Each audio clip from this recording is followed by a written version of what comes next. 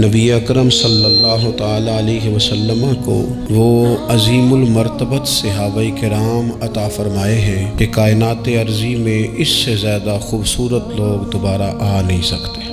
وہ جماعت صحابہ جو اپنی وفا شعاری سے، یقین کامل سے، انشراح صدر سے، حضور کے دروازے کی گدائی اور غلامی سے اتنی زیادہ سرشار تھی، ان کے دامن میں حضور علیہ السلام کی محبت کی اتنی خوشبوئیں تھیں کہ وہ جہاں بیٹھ جاتے تھے اس سارے ماحول کو بھی معطر اور معمر فرما دیا کرتے تھے۔ ایمان میں کسی کی تقلید نہیں ہوتی، تقلید تو مسائل فقہ میں ہوتی ہے۔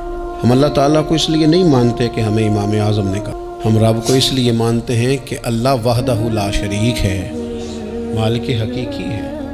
نبی پاک علیہ السلام کو ماننے میں ہم کسی کے مقلد تو نہیں، رسول کریم سچے ہیں اور یہ سچ دنیا میں ہر روشنی سے زیادہ روشن ہے۔ ایمان میں تقلید نہیں ہوتی، عقائد میں تقلید نہیں ہوتی۔ تقلید تو ہوتی ہے مسائل میں کہ فلاں بزرگ کے اجتہاد پر، استنباط پر ہم زیادہ یقین رکھتے ہیں، زیادہ اعتماد کرتے ہیں، ان کے مقلد ہو جاتے ہیں۔ لیکن عجیب بات ہے نا کہ ایمان میں تقلید نہیں ہے، باوجود اس کے اللہ تعالیٰ نے کچھ لوگوں کے ایمان کو معیار ایمان قرار دیا ہے۔ فرمایا یہ ایمان معیار ہے، اس طرح کا ایمان پیدا کرو۔ یہ بالکل سورہ بقرہ دیکھیے، ارشاد فرمایا وَإِذَا قِيلَ لَهُمْ آمِنُوا، جب منافقین سے کہا جائے نا ایمان لاؤ، کس طرح؟ چونکہ منافق بھی دعویٰ کرتا ہے کہ میں مومن ہوں، ظاہری کلمہ پڑھتا ہے، نماز کا اہتمام کرتا ہے، بظاہر جہاد میں بھی چلے جاتے تھے، اگرچہ جا کے فتنہ ہی برپا کرتے تھے۔ مالک کریم نے کہا کہ جب ان منافقین، یہ منافقین کا ذکر ہو رہا ہے، یہ آیات، ان کا پس منظر یہ منافقین سے کلام ہے۔ وَإِذَا قِيلَ لَهُمْ آمِنُوا، جب منافقین سے کہا جائے ایمان لاؤ، كَمَا آمَنَ النَّاسِ، جیسے یہ دوسرے لوگ ایمان لائے۔ یہ کون دوسرے لوگ؟ سیدنا صدیق اکبر، حضرت فاروق اعظم، حضرت عثمان غنی، سیدنا مولا علی علیہم رضوان۔ جس طرح یہ صحابہ ایمان لائے ہیں اس طرح کا ایمان لاؤ۔ ان کا ایمان یہ معیار ہے، یہ معیار ہے کہ ایمان اس طرح کا ہوتا ہے، یہ کسوٹی ہے، ذرا اس پر پرکھو، ان کی زندگی کے شب و روز کو دیکھو، پھر اس پر پرکھو، اس طرح ایمان لاؤ جس طرح یہ میرے محبوب کے صحابہ ایمان لائے ہیں۔ تو ان کا جواب بھلا کیا ہے؟ ان کا جواب بھلا کیا ہے؟ عقل کو تنقید سے فرصت نہیں۔ ان کا جواب کیا ہے؟ معاذ اللہ وہ جواب یہ دیتے ہیں، کہتے قالوا انؤمن کما آمن السفہاء، کیا ہم اس طرح ایمان لائیں جس طرح یہ بیوقوف ایمان لائے؟ ان کی نظر میں تو سارا مال قربان کر دینا معاذ اللہ بیوقوفی ہے۔ ان کی نظر میں تو چلتے کاروبار، جائیدادیں چھوڑ کے مکے سے مدینے چلے جانا یہ بیوقوفی ہے۔ ان کی نظر میں تو مال، اولاد، جان، ہر چیز قربان کر دینا حضور کے قدمین پر یہ بیوقوفی ہے۔ کہ ان بیوقوفوں کی طرح ایمان لائیں؟ ہم تو سیانے لوگ ہیں، ہم تو سیانے ہیں، ہم تو ایمان لائیں گے، بس زبانی کلامی آئیں جائیں گے، بات بھی کریں گے، جس طرف کی ہوا ہوگی اس طرف کے ہو بھی جائیں گے۔ یہ ان بیوقوفوں کی طرح ایمان لائیں؟ کیا کہا تھا کسی نے؟ اس نے کہا تھا کہ محبت کو ظالموں نے عبادت دیا قرار۔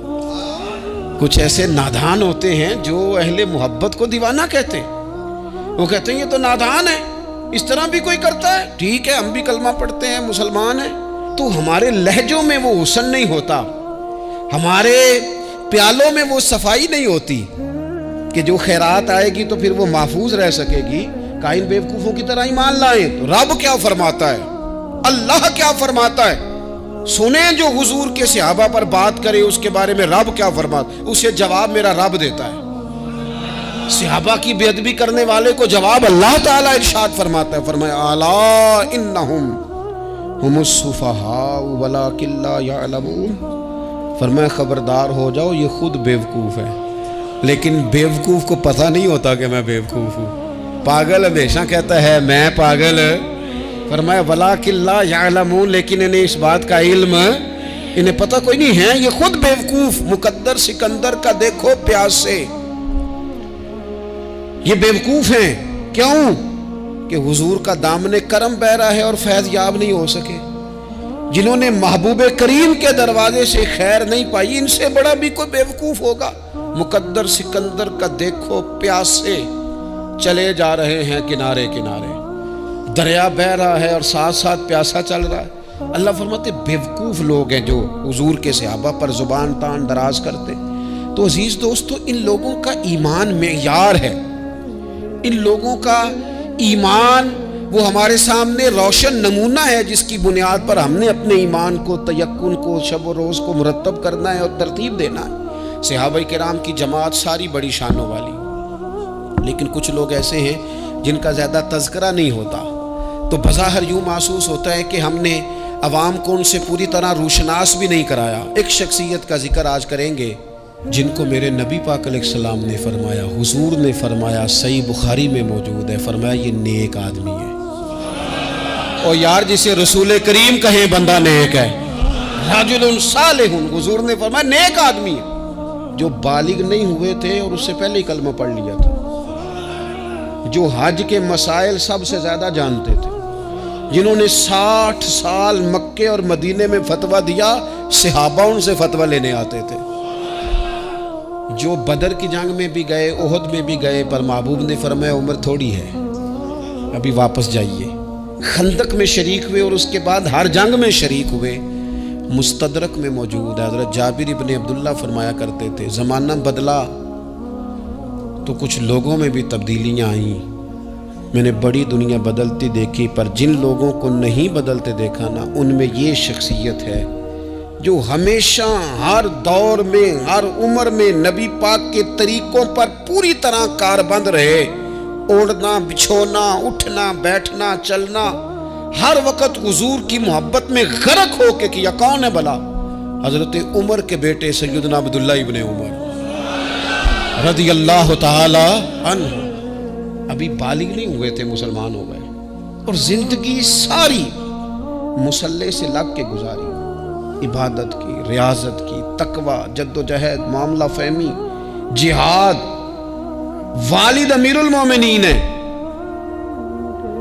لیکن صاحبزادے کی خواہش ہے کہ مجھے فوج میں بھیجو، میں جہاد کرنا چاہتا ہوں، اور جہاد بھی سپہ سالار بن کے نہیں، سپاہی بن کے کرنا چاہتا ہوں۔ سب سے پہلی بات تو یہ تھی کہ علم و فضل بڑا تھا،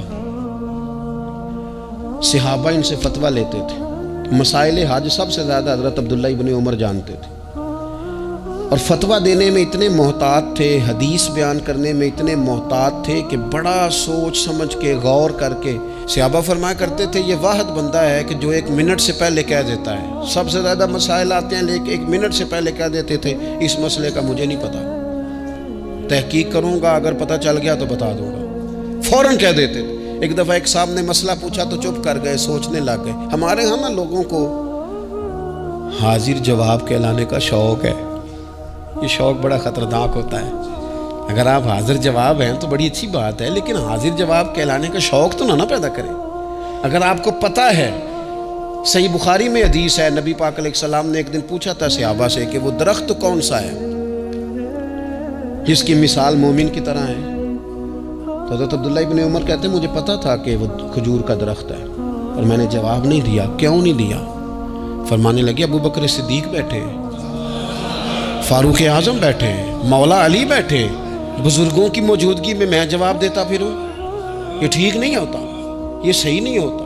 یہاں تو بڑے لوگ، امام غزالی فرماتے ہیں جب میں اپنے مرشد سے مرید ہوا تو مجھے کہنے لگے بیعت میں نے کر لیا، آج کے بعد نہ تقریر کرنی ہے،